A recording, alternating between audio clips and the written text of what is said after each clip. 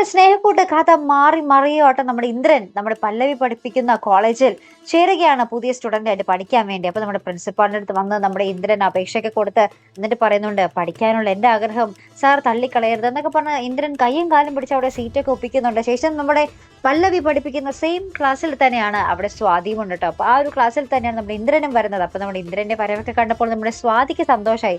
കാരണം എന്ന് വെച്ചാൽ നമ്മുടെ പല്ലവിക്കിട്ട് 8ന്റെ പണി കൊടുക്കാൻ വേണ്ടിയാണ് നമ്മുടെ ഇന്ദ്രന്റെ വരവെന്ന് നമ്മുടെ സ്വാതിക്ക് നല്ലോണം അറിയാം.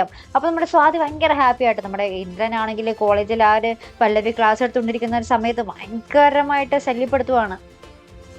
അവസാനം സഹി കേട്ട് നമ്മുടെ പല്ലവി ആ ഒരു ക്ലാസ് റൂമിൽ നിന്നും ഇറങ്ങി പോകുന്ന ദൃശ്യങ്ങൾ നമ്മുടെ ഇന്ദ്രൻ പുറകെ പോകുന്നുണ്ട്. പുറകെ പോയി കൈയൊക്കെ പിടിച്ച് ശല്യപ്പെടുത്തുന്നുണ്ട്.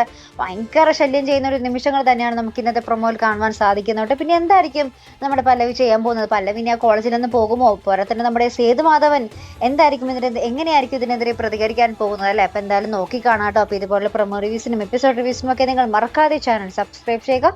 അടുത്തൊരു വീഡിയോയുമായി വരുന്നത് വരയ്ക്കും ഗുഡ് ബൈ.